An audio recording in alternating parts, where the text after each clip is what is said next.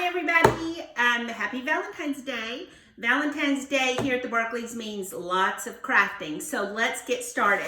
This year I have made this precious all paper wreath. That's right, it is all cardstock and all paper, of course, for the lemons. And this is really fun because it is easy and it's very inexpensive. So let's get started. I'll show you what supplies we need. So I always love to purchase those packs of cardstock that already come in ombre colors. That way it kind of takes the guesswork out of it. So I bought this one. It already has all the pinks that I wanted and it was relatively inexpensive. I mean, under $7. And then of course I had to get your red paper, the red paper as well because it's Valentine's. So that is all you need to make the leaves. Then you will need to find a pattern online, and I might try to add a PDF here of this particular template if you love it. But any leaf pattern, you can even do in heart shape if you wanted. And I can get about 6 templates on here. So basically trace your template on the cardstock and then cut it out.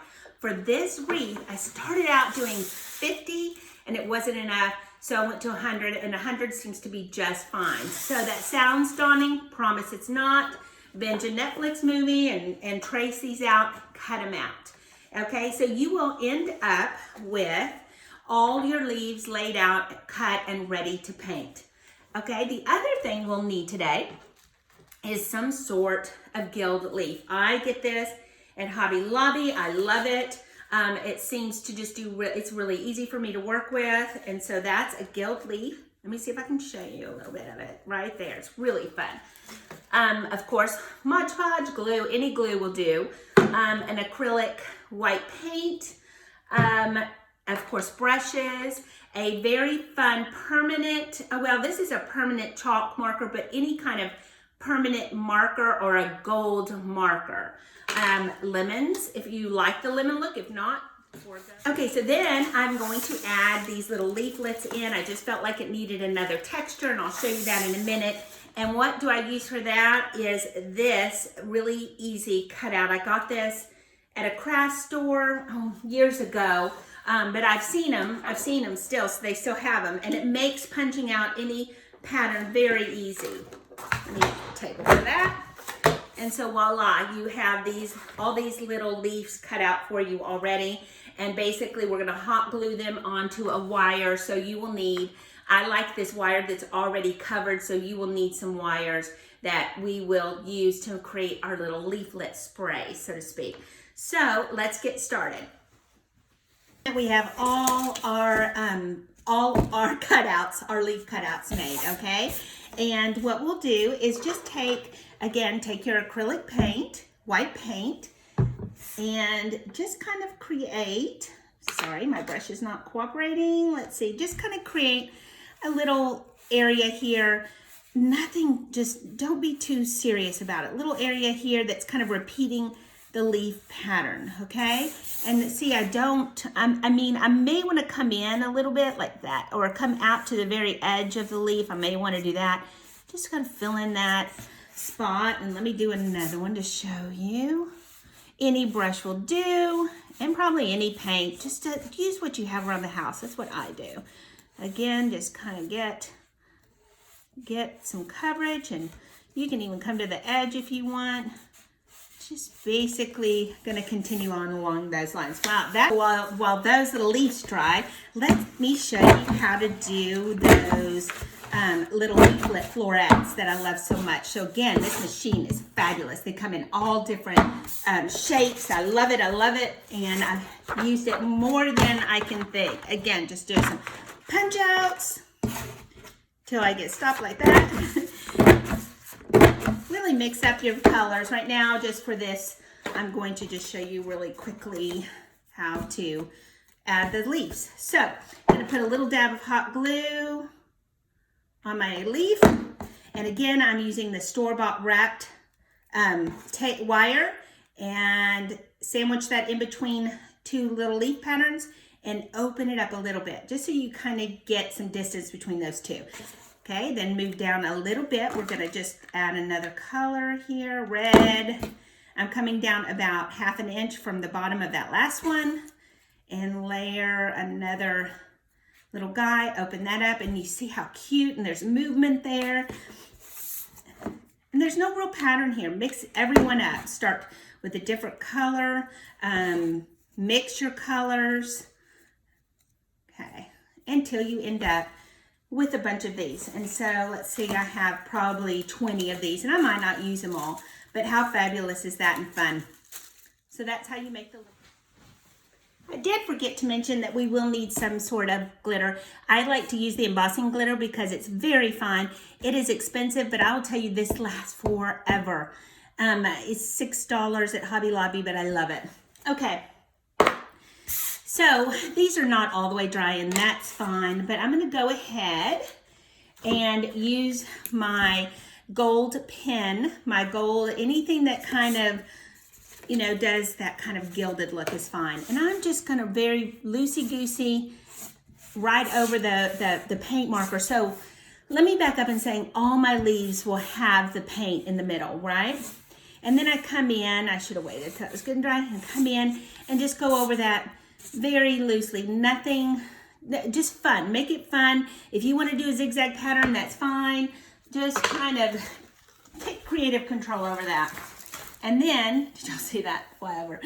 Okay, and then there's two types of leaves that I do here. I do the glitter. As you can see here, there's a glittered one, and then I do the gilded one. So I'll show you how to do each one of those. So for my glitter one, I use any type of glue. Just seriously, any glue will do. And just lightly go over that wherever you want that glitter to be, and then sprinkle. Really hard to do things on TV sometimes. Sprinkle that glitter over a little bit.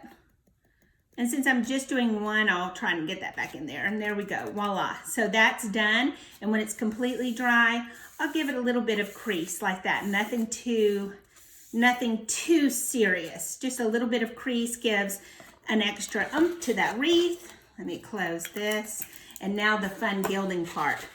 Okay, kind of the same process. So, gonna take my little petal here.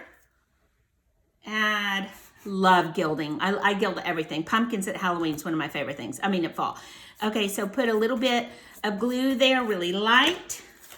Then take your sheet and press it down like that. Press, press, press.